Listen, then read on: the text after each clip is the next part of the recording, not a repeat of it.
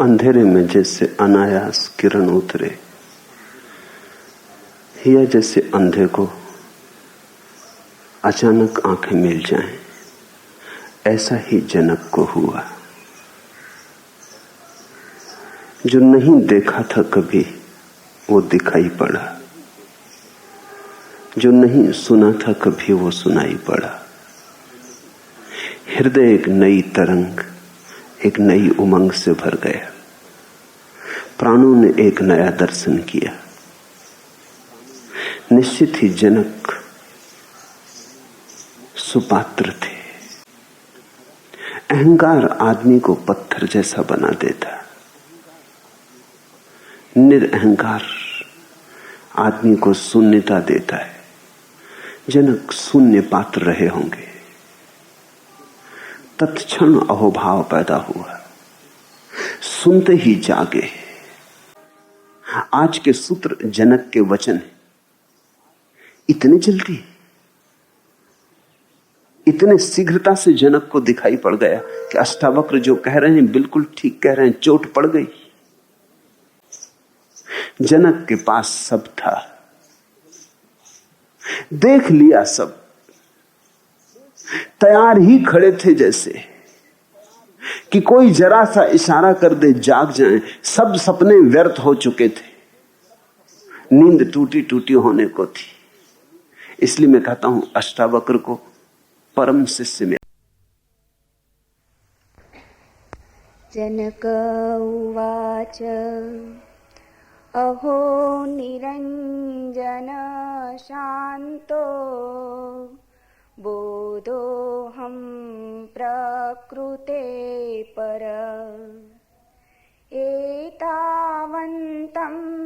अहं कालं मोहेनैव विडम्बित। जनक ने कहा, मैं निर्दोष हूं, शांत हूं, बोध हूं, प्रकृति से परे हूं। आश्चर्य, अहो कि मैं इतने काल तक मोह के द्वारा बस ठगा गया हूं। उतरने लगी किरण। अहो निरंजना, आश्चर्य। सुना अष्टावक्र को कि तू निरंजन है, निर्दोष है। सुनते ही पहुंच गई किरण प्राणों के आखिरी गहराई तक, जैसे छुरी चुभ जाए सीधी। अहो निरंजना, शांतो बोधो अहम प्रकृते परा। आश्चर्य, क्या कहते हैं आप? मैं निर्दोष हूं, शांत हूं, बोध हूं, प्रकृति से परे हूं। आश्चर्य कि इतने काल तक मैं मोह के द्वारा बस ठगा गया हूं। एतावंत महम कालम मोहे नैव विडंबिता। मैं निर्दोष हूं। चौंक कर जनक ने कहा, मैं शांत हूं, क्योंकि जानी तो है केवल अशांति। तो जनक कहने लगे, मैं शांत हूं, बोध हूं, क्योंकि जाना तो सिर्फ मूर्छा को है। जनक ने कहा, मैं बोध हूं। अहम अहो निरंजना शांतो बोधो अहम। और इतना ही नहीं, आप कहते हैं प्रकृति से परे हो, प्रकृति परा। शरीर नहीं हो, मन नहीं हो, ये जो दिखाई पड़ता है ये नहीं हो, ये जो दृश्य है ये नहीं हो, दृष्टा हो, सदा पार हो, प्रकृति के पार, सदा अतिक्रमण करने वाले हो। आश्चर्य कि मैं इतने काल तक मोह के द्वारा बस ठगा गया हूं। अहो अहम एतावंतम कालम मोहेन एव विडंबिता। आप मुझे चौंकाते, आपने मुझे हिला दिया। तो ये गिर गए सारे भवन जो मैंने बनाए थे, और ये सारे साम्राज्य जो मैंने फैलाए थे, सब मोह की विडंबना थी। यथा प्रकाशयाम्येको देहमेनं तथा जगत् अतो मम जगत् सर्वं अथवा न च किंचन। जैसे इस देह को मैं अकेला ही प्रकाशित करता हूं, जनक ने कहा, वैसे ही संसार को भी प्रकाशित करता हूं। इसलिए तो मेरा संपूर्ण संसार है, अथवा मेरा कुछ भी नहीं। तो जनक कहते हैं जैसे इस देह को मैं अकेला प्रकाशित करता हूं, वैसे ही सारे संसार को भी प्रकाशित करता हूं। क्या कह रहे हैं आप? भरोसा नहीं आता। जनक कहने लगा, इसलिए तो या तो संपूर्ण संसार मेरा है या मेरा कुछ भी नहीं। ये दो ही बातें संभव है। इस बीच में कोई भी दृष्टि हो तो भ्रांत है। या तो संपूर्ण संसार मेरा है क्योंकि मैं परमात्मा का हिस्सा हूं, चूंकि मैं परमात्मा हूं, चूंकि मैं सारे संसार का केंद्र हूं, चूंकि मेरा साक्षी सारे संसार का साक्षी है, तो या तो सारा संसार मेरा है, एक संभावना, या फिर मेरा कुछ भी नहीं, क्योंकि मैं हूं ही कहां। साक्षी में मैं तो नहीं बचता, सिर्फ साक्षी भाव बचता है। वहां दावेदार तो बचता नहीं। कौन दावा करेगा कि सब मेरा है? तो जनक कहते हैं दो संभावनाएं, ये दो अभिव्यक्तियां हैं धर्म की, या तो पूर्ण या शून्य। जनक कहते हैं दोनों बातें कही जा सकती। क्यों? क्योंकि अगर मैं ही सारे जगत का केंद्र हूं तो सारा जगत मेरा। लेकिन जब मैं सारे जगत का केंद्र होता हूं तो मैं ही नहीं होता। मेरा मैंपन तो बहुत पीछे छूट जाता है, धूल की तरह उड़ता रह जाता है पीछे। यात्री आगे निकल जाता, धूल पड़ी रह जाती। तो फिर मेरा क्या? या फिर मेरा कुछ भी नहीं। अतः मम सर्वम जगत, या तो सब जगत मेरा, अथवा मम किंचन न, या फिर मेरा कुछ भी नहीं। स शरीरमहो विश्वम् परित्यज्य मयाधुना कुतश्चित् कौशलादेव परमात्मा विलोक्यते। आश्चर्य है कि शरीर सहित विश्व को त्याग कर किसी कुशलता से ही, अर्थात उपदेश से ही, अब मैं परमात्मा को देखता हूं। अहो ससीरम विश्वम परित्यज्य। आश्चर्य कि मेरा शरीर गया, शरीर के साथ सारा जगत गया, त्याग घट गया। जनक कहते हैं आश्चर्य कि शरीर सहित विश्व को त्याग घट गया। अभी इंच भर भी हिले नहीं, जहां है वहीं है, उसी राजमहल में जहां अष्टावक्र को ले आए थे निमंत्रण देकर, बिठाया था सिंहासन पर, वहीं बैठे हैं अष्टावक्र के सामने। कहीं कुछ गए नहीं, राज्य चल रहा है, धन वैभव है, द्वार पर द्वारपाल खड़े हैं, नौकर सेवक पंखा झलते होंगे, सब कुछ ठीक वैसा का वैसा है, तिजोरी अपनी जगह, धन अपनी जगह। लेकिन जनक कहते हैं आश्चर्य, त्याग घट गया। त्याग अंतर का है, त्याग भीतर का है, त्याग बोध का है। आश्चर्य की शरीर सहित विश्व को त्याग कर किस कुशलता से, और किस कुशलता से ये बात घट गई कि पत्ता न हिला और क्रांति हो गई, कि जरा सा घाव ना बना और सर्जरी पूरी हो गई। किस कुशलता से? कैसा तुम्हारा उपदेश! अब मैं परमात्मा को देखता हूं, संसार दिखाई ही नहीं पड़ रहा है। सारी दृष्टि रूपांतरित हो गई। ये अत्यंत मूल्यवान सूत्र है। तुम जहां हो वहीं रहते, तुम जैसे हो वैसे ही रहते, क्रांति घट सकती है। कोई हिमालय भाग जाने की जरूरत नहीं, संन्यास पलायन नहीं, भगोड़ापन नहीं।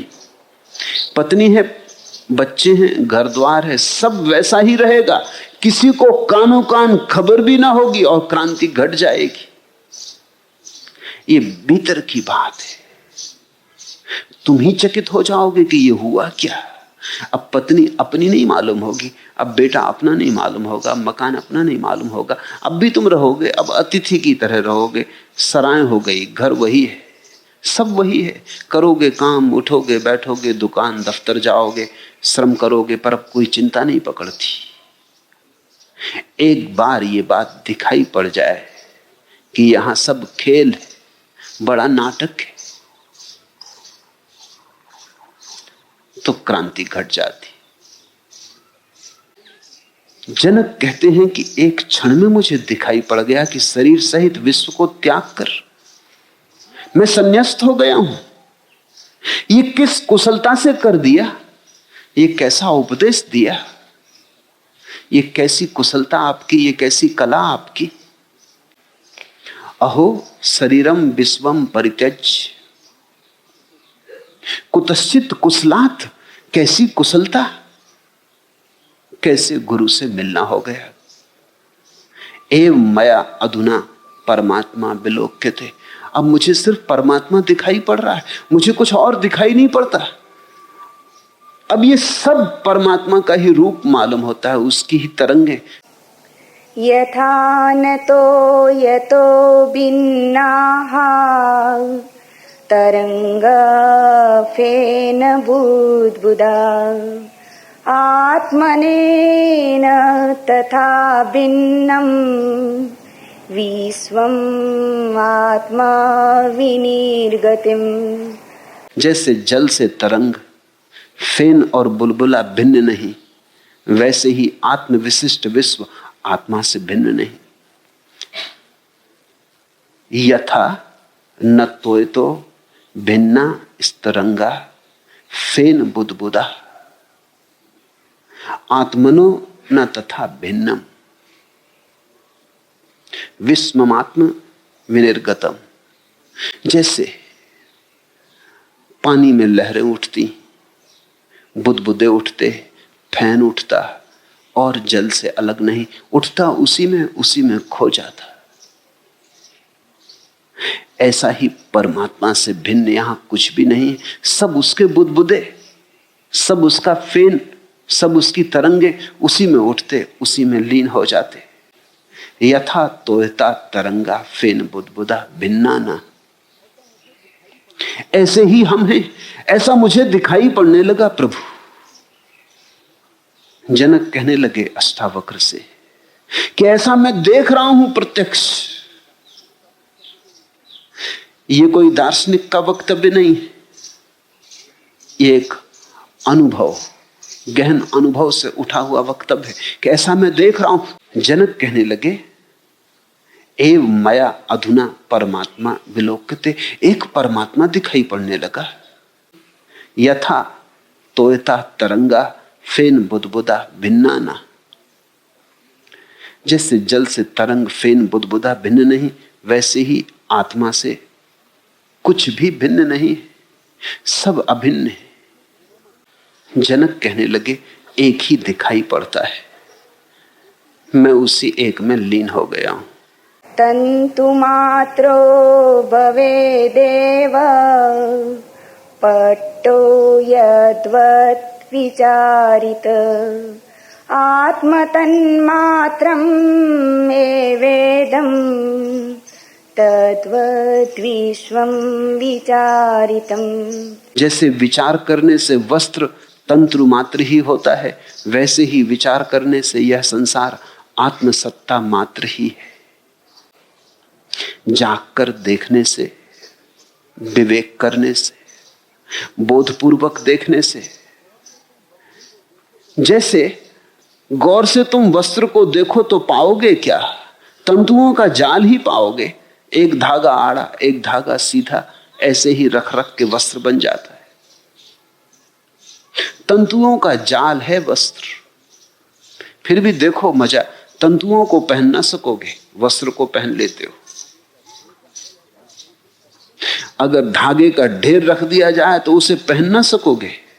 यद्यपि वस्त्र भी धागे का ढेर ही है, सिर्फ आयोजन का अंतर है। आड़ा तिरछा, धागे की बुनावट तो वस्त्र बन गया, तो वस्त्र से तुम ढांक लेते हो अपने को। लेकिन इससे क्या फर्क पड़ा? धागे ही रहे, कैसे तुमने रखे इससे क्या फर्क पड़ता है? जनक कह रहे हैं कि परमात्मा कहीं हरा होकर वृक्ष है, कहीं लाल सुर्ख होकर गुलाब का फूल है, कहीं जल है, कहीं पहाड़ पर्वत है, कहीं चांद तारा है।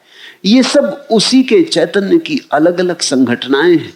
जैसे वस्त्र को धागे से बुना जाता है, फिर उससे ही तुम अनेक तरह के वस्त्र बुन लेते हो। गर्मी में पहनने के लिए झीले पतले, सर्दी में पहनने के लिए मोटे, फिर उससे ही तुम सुंदर असुंदर, गरीब के अमीर के सब तरह के वस्त्र बुन लेते हो। उससे ही तुम हजार हजार रूप के निर्माण कर लेते हो। यद्वत पटा तंतु मात्रा, जैसे वस्त्र केवल तंतु मात्र है। इदम विश्वम आत्मन तन मात्रम, ऐसा ही ये सारा अस्तित्व भी आत्मा रूपी तत्व से बुना गया है। जैसे विचार करने से वस्त्र तंतु मात्र ही होता है, वैसे ही विचार करने से ये संसार आत्म मात्र है। यथैव इक्षुरसे क्लुप्ता तेन व्याप्तेव शर्करा तथा विश्वं मयि क्लुप्तं मया व्याप्तं निरंतरम्। जैसे ईख के रस से बनी हुई शक्कर ईख के रस से व्याप्त है, वैसे ही मुझसे बना हुआ संसार मुझसे भी व्याप्त है। जैसे तुमने ईख से शक्कर निकाल ली तो शक्कर में ईख का रस व्याप्त है, ऐसे ही चैतन्य में परमात्मा व्याप्त है, मुझ में परमात्मा व्याप्त है, तुम में परमात्मा व्याप्त है और तुम परमात्मा में व्याप्त हो। आत्मज्ञानात् जगत्पाती आत्मज्ञानात् न भासते रज्ज्वज्ञानात् अहिभाति तज्ज्ञानात् भासते नहीं। आत्मा के अज्ञान से संसार भासता है, इसे समझना ये बहुत महत्वपूर्ण है। आत्मा के अज्ञान से संसार भासता है और आत्मा के ज्ञान से नहीं भासता। आत्मा को आत्मा की तरह न देख पाने के कारण संसार है। जिसने स्वयं को जाना उसका संसार मिट गया। इसका यह अर्थ नहीं कि द्वार दरवाजे दीवाल पहाड़ पत्थर खो जाएंगे, न ये सब होंगे, लेकिन ये सब एक में ही लीन हो जाएंगे। ये एक की ही विभिन्न तरंगे होंगे, फेन बुदबुदे। आत्मा के अज्ञान से संसार भासता है और आत्मा के ज्ञान से नहीं भासता है। आत्मा को देख लो, संसार नहीं दिखाई पड़ता। संसार को देखो, आत्मा नहीं दिखाई पड़ती। दो में से एक ही दिखाई पड़ता है, दोनों साथ साथ दिखाई नहीं पड़ते। अगर तुम्हें संसार दिखाई पड़ रहा है तो आत्मा दिखाई नहीं पड़ेगी। आत्मा दिखाई पड़ने लगे, संसार दिखाई नहीं पड़ेगा। इन दोनों को साथ साथ देखने का कोई भी उपाय नहीं है। संसार आत्मज्ञान का अभाव है। जब आत्मज्ञान का उदय होगा तो संसार गया। सब जहां का तहां रहता है और फिर भी कुछ वैसा का वैसा नहीं रह जाता। सब जहां का तहां और सब रूपांतरित हो जाता है। जो हम जानना चाहते हैं उसे हम जान ही लेते, जो हम पहचानना चाहते हैं उसे हम पहचान ही लेते। हमारा अभिप्राय ही हमारे जीवन की सार्थकता बन जाता है।